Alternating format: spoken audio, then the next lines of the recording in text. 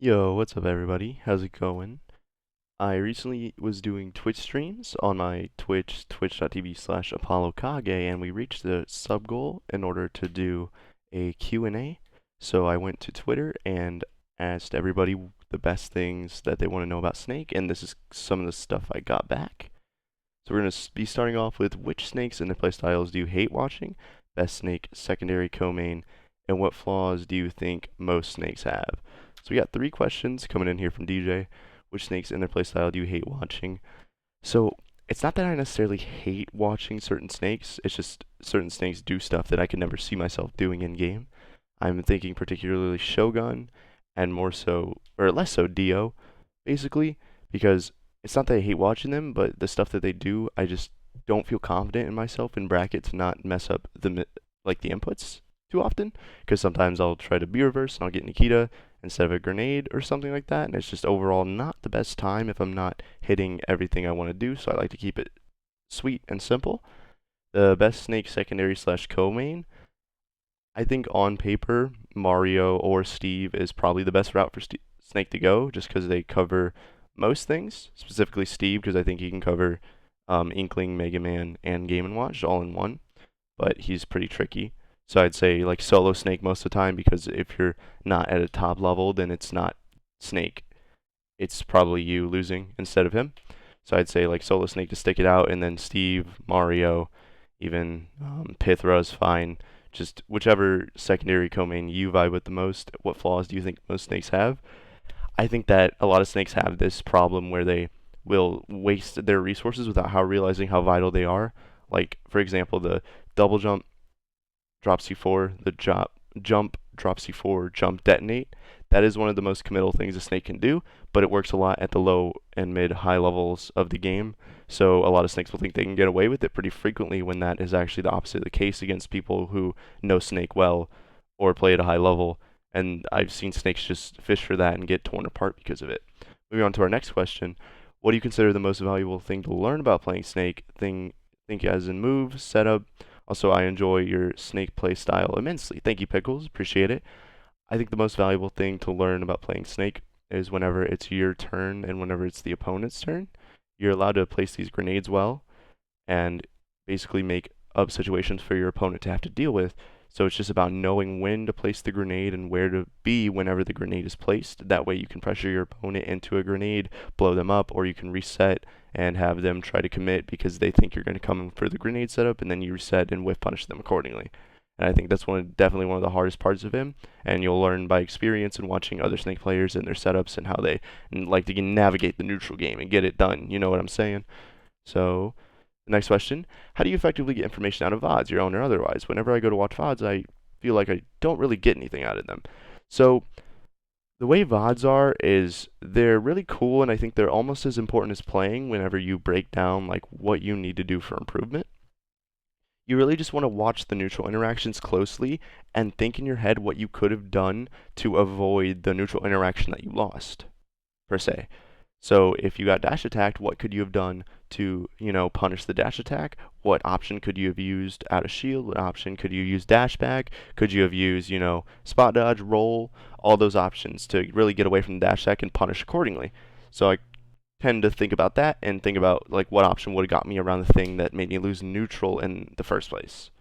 And you just weigh your options versus your opponent's options, dealing with your stuff too. Do you want to learn um, how to get more setups going from your side if your opponent's dealing with all of them? Just like think about what your opponent is thinking about and go from there. And that's kind of how I had success with VOD review in the past.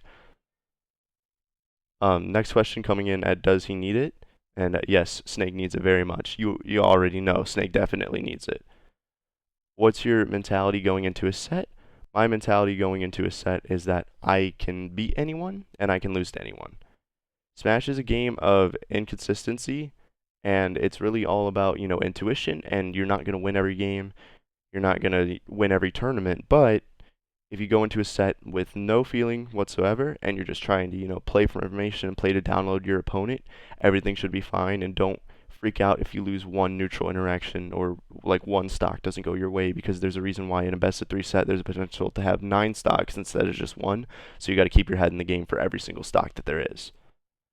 Best advice for lower level Snake players, and what's the best secondary dual main for Snake, even though he doesn't need one? I've answered the dual main question, but the best advice for lower level Snake players is to, I believe, keep it simple and have a reason for every grenade you pull. If you have a reason for every single grenade that you pull, then you will find that it's easier to dissect where things went wrong and to create better situations for yourself and worse situations to put your opponent in. Next question is from Tyler. How do I practice? I do not actually lab with Snake. I just go in games and I play, and I go to tournaments and I play Snake.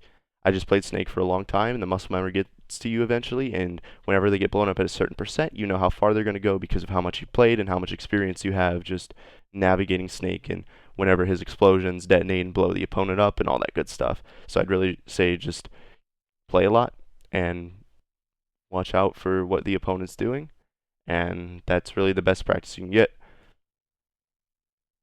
How do you approach Snake optimally? Snake is kind of like a mobile minefield whenever you're approaching him. So it's really just a question of what is the Snake doing that will determine whether you need to approach in a certain maneuver or not, a certain way or not. Grounded Snake, you really want to get those grabs in because he's going to set up those grenades. You need the grab armor, throw him while the grenade's going to blow up. You need that grab armor. And then in the air, you want to really space your grenades and have a plan on if you want to hit the grenade or pick it up, because if the Snake like shields and you hit the grenade, you're probably taking a grenade aerial, which is a ton of damage.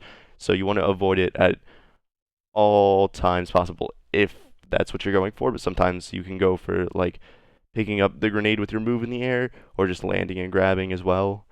There's a few different things, but you really just want to lock on to what defensive options the Snake is going to choose, and whenever they have that burst of aggression mixed in there to, help them out in the grand scheme of things. This is a good question coming in from Sir Dank. And how does knockback on Nikita work? Why does it seem to always send towards the blast zone? And what do you think is Snake's biggest weakness?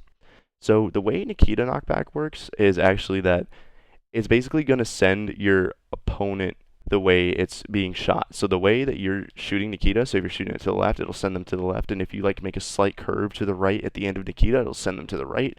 That happens whenever you have to bring Nikita behind your opponent and kind of shoot them in the back for it to hit them because they gone past it. So, in all honesty, it's still a little inconsistent. Like, I still don't know what's going to happen every single time I do it. So it's more so a question of 9 times out of 10, it's going to send the way that the Snake is steering it. But if they have to make like a last second adjustment, it'll send the way that they adjust it. So if they last second left, it'll send left. If they last second right, it'll send right. So do with that information what you will. Sometimes you can air dodge in and make the Nikita shoot you towards the stage and beyond in order to survive, and that's a good strat. But other times you just want to, do your best to get around it entirely. What is the most important thing that you realized or learned that made your Snake reach a high level? The most important thing that I learned is you don't have to watch out for every option. You only have to watch out for what your opponent is doing. What you can do with this information is you can start making specific player-based traps based around one thing your opponent's doing or around a central flaw in their game plan, and that will really allow you to dissect your opponent thoroughly and not give yourself useless information or information that doesn't matter in the grand scheme of things because you're only focusing on what your opponent's doing. Like, yeah, they have these 1,000 setups, right? But if they're not doing those 1,000 setups, like they're only doing 3 out of the 1,000, the grand scheme of things, because Smash is such a creative game that you can do that many options on paper, but they're only doing 3 of them. You only need to focus on those 3. You don't need to worry about those things until they're presented to you. And if they get presented to you at like a dire situation and you didn't know about it, then it's fine because you learned and then you keep going. You keep learning, and it's a process and a cycle that you keep repeating. Okay. What was the hardest part of learning Snake in your opinion? So the hardest part overall, I think, is definitely going to be grenade play and timing mix-ups and spacing around the timing of grenade going off. Sometimes Snakes will get too focused on their traps as well, and that's definitely a tricky one, knowing when it's time to box, when it's time to let them get blown up by your traps, and when it's time to focus on the traps, and when it's time to focus on CQC. It'll be a process that takes a while, but as long as you keep at it, you'll be able to like develop a rhythm and switch it up based on what your opponent is doing. But I'd say managing all of that on top of how Snake is on shield and on top of timing mix-ups and whenever you have to use certain moves, because Snake doesn't have a useless move in his kit, so you can use every single move in his kit. Incorporating that is also a little tricky, along with grenade and C4 timings added into the mix. Last question coming in from Thor and it's going to be what makes Inkling and Mega Man difficult for Snake to fight. So let's start off with Mega Man, which I personally believe is Snake's worst matchup. And I think the thing that makes Mega Man so hard to fight is pellets blow up grenades in neutral if he hits them. And then Crash Bomber and also Metal Blade will blow up grenade on contact, and Metal Blade will actually go through your shield and blow up grenade at the same time, on top of Fair hitting Snake out of Cypher and killing off the side very early. Up air is really good against Snake with his subpar air drift.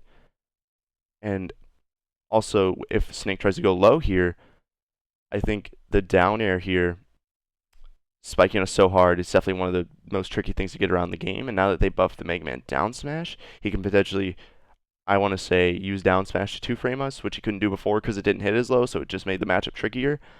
And I actually haven't spoke on this much, but I'm starting to lean towards Inkling being even for Snake. I think it's definitely tricky because of Splatter Shot, but I think we can remedy that with smart rolls and smart tilts, along with placing our grenades behind us so we block the Splatter Shot with ourselves, and either down tilting under it or rolling in, depending on if the Inkling is ready or not. You have to be really good with Nikita here, and you have to definitely kill them once you get them off stage and not let them get back on stage at any cost.